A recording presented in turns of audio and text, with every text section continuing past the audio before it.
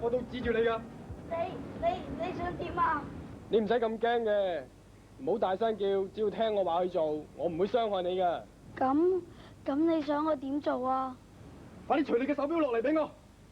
唔得㗎，呢個手錶係我爸爸送俾我嘅生日禮物嚟㗎，唔俾得你㗎。如果你唔聽我嘅說話，我即刻吉你兩刀㗎。你千祈唔好吉我啊！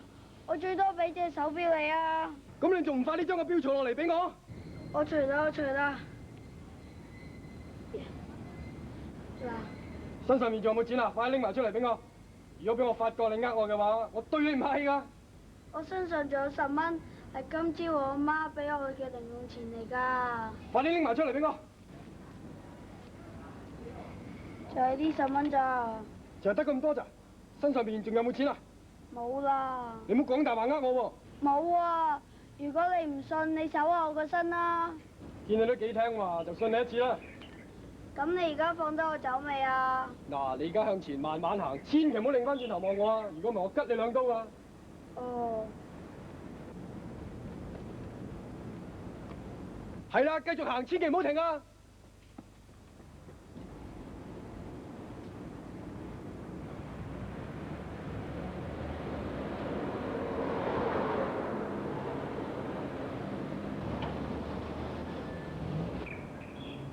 警察叔叔，我頭先俾人搶咗隻手錶同埋10蚊啊！個賊咧？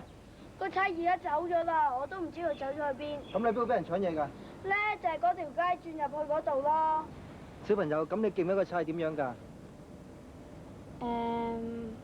佢嘅身材中等，年紀大約20歲到啦。佢嘅面貌有乜嘢特別嘅地方啊？佢係瓜子面口，短頭髮，粗眉，大眼，左邊面上邊近嘴角旁邊有一粒黑痣。咁佢有冇戴眼鏡㗎？佢戴咗一副黑色框嘅眼鏡。佢着乜嘢衫啊？佢着咗一件白色嘅 T 恤，淺藍色嘅牛仔褲，白色嘅運動鞋。咁佢身上仲有冇乜嘢特別嘅地方啊？佢左手嘅手背好似受過傷㗎。啊，仲貼咗一塊膠布添啊！好，我有通知電台睇下捉唔捉到呢個劫匪啊。PC25323 over， 我而家喺對行道接獲一宗行劫案嘅報告，而家通緝一個中國男子，年約20歲，中等身材，瓜子口面，短頭髮，粗眉大眼，左邊嘴角上邊有一粒黑痣，戴黑框嘅眼鏡。over。小朋友啊，如果見到個賊嘅話，你認唔認得佢啊？認得，梗係認得啦。好啊，我同你附近四圍兜下，睇個賊仲喺唔喺度啊？然之後同你班差館落網啊。好啊。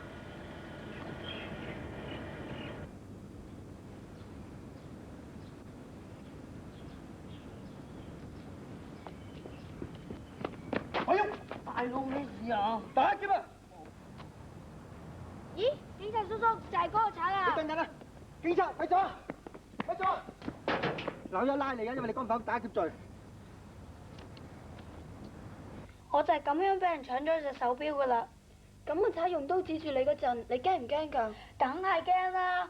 我咁大個仔都未試過俾人搶嘢㗎。不過你能夠咁鎮定，事後仲可以將賊人個樣描述出嚟，真係本事啦。係啊，如果俾咗我啊，都唔知點形容佢個樣出嚟啦。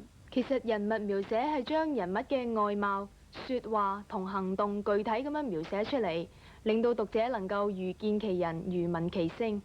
蘇老師啊，人物描寫同我哋寫文章有冇關係㗎？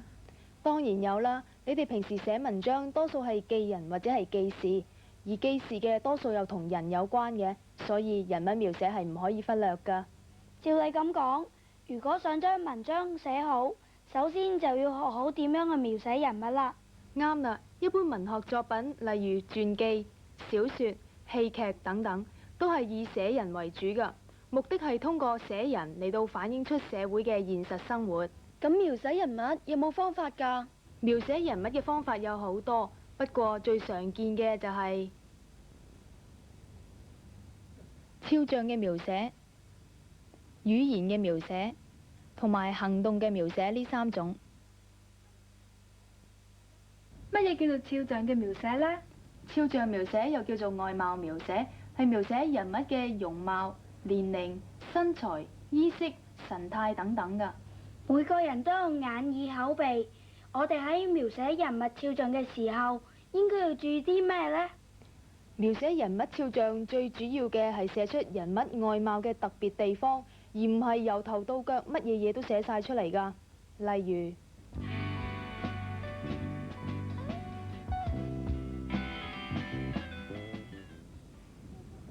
他是一個短頭髮、粗眉大眼、年約20的青年。他戴了一副黑邊眼鏡，左邊臉上長了一粒黑痣。描寫得唔錯啊！喺短短幾句入面就能夠將照片中人嘅特徵描寫出嚟。例如，短頭髮、粗眉大眼、年約20的青年、黑邊眼鏡、左邊面上長了一粒黑痣。關於人物嘅身形啊、體態同埋衣着，又應該點樣描寫啊？不如我哋一齊嚟睇下先啦。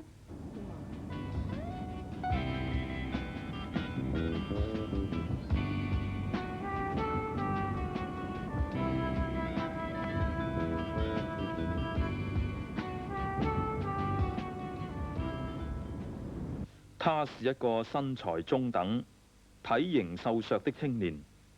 他身穿白色 T 恤、淺藍色牛仔褲、白色運動鞋。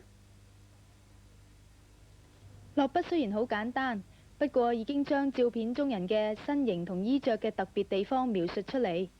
例如，身材中等、體型瘦削、白色 T 恤、淺藍色牛仔褲、白色運動鞋。關於語言描寫又係點樣嘅呢？語言描寫就係將人物所講嘅説話描寫出嚟。咁樣做有咩好處啊？古人有話言為心聲，通過人物説話嘅描寫，可以反映出人物嘅思想同感情，仲可以進一步顯示出人物與人物之間嘅關係添。例如，細路，唔喐啊！我有把刀指住你㗎。你想點啊？你唔使咁驚嘅，只要你唔好大聲嗌，聽我話去做，我唔會傷害你㗎。咁你想我點做啊？快啲除你嘅手錶落嚟俾我。唔得㗎，呢個手錶係我爸爸送俾我嘅生日禮物嚟㗎，唔俾得你㗎。如果你唔聽我嘅説話，我即刻吉你兩刀㗎。你千祈唔好吉我啊！我最多俾隻手錶你啊！咁你仲唔快啲將個錶除落嚟俾我？頭先嗰段對話描寫立人遇到一個點樣嘅人物呢？佢遇到一個性情兇狠嘅劫匪。你點知道劫匪嘅性情兇狠啊？如果立人唔將隻手錶俾佢，佢就會吉立人兩刀㗎啦。呢段對話除咗描寫劫匪之外，仲描寫咗啲乜嘢呢？係描寫出立人當時驚慌嘅樣啊！你哋都講得好啱。通過人物説話嘅語氣同措辭，可以將人物嘅思想同埋感情表現出嚟。呢一啲就係語言描寫嘅功用啦。喺進行語言嘅描寫嗰陣時，我哋應該要注意啲咩呢？最緊要係要注意人物語言嘅個性化，因為每個人嘅年齡、職業、性格、習慣都各有唔同，所以佢哋講説話嘅措辭、語氣、習慣亦都各有特點㗎。例如果你不依着我的話去做，我就立刻刺你兩刀。呢句説話係描寫邊個㗎？係描寫劫匪嘅。啱啦，我哋再睇另外一句説話。你千萬不要用刀刺我啊！我寧願把手錶給你。呢句説話又係描寫邊個嘅呢？係描寫立人。冇錯啦，描寫人物，我哋需要用符合佢哋身份嘅語言，令到讀者從呢一啲語言裡面睇得出講説話人嘅身份同埋性格。蘇老師啊，行動描寫又係點樣㗎？行動描寫係指對人物嘅行為同動作嘅描寫，因為人物內心嘅思想同感情都可以從佢嘅動作裡面表現出嚟嘅。例如，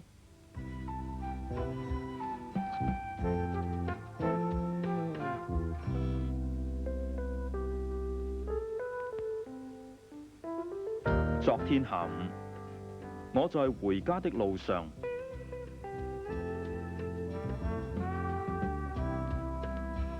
被一個劫匪搶去了手錶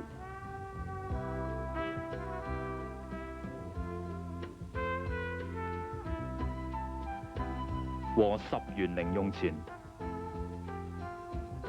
劫匪還恐嚇我，如果我跟蹤他，他便會刺我2刀。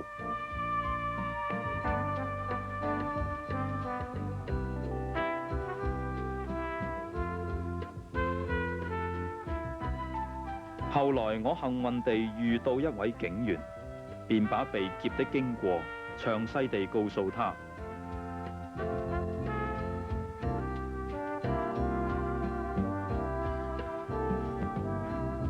他立刻詢問我有關該劫匪的身材和面貌。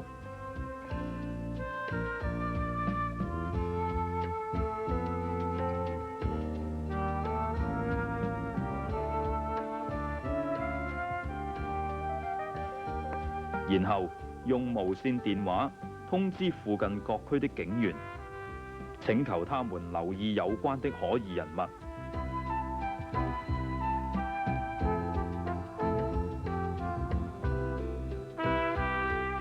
結果，警方把劫匪擒獲，並在他的身上搜出有關的贓物。頭先嗰段文字嘅開頭部分係透過描寫納人被劫嘅經過，將劫匪兇狠嘅性格表露出嚟。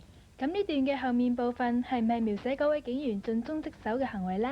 啱啦，全段文字雖然冇直接讚賞嗰位警員盡忠職守嘅行為，但係我哋可以從佢處事嘅行動之中體會出嚟嘅。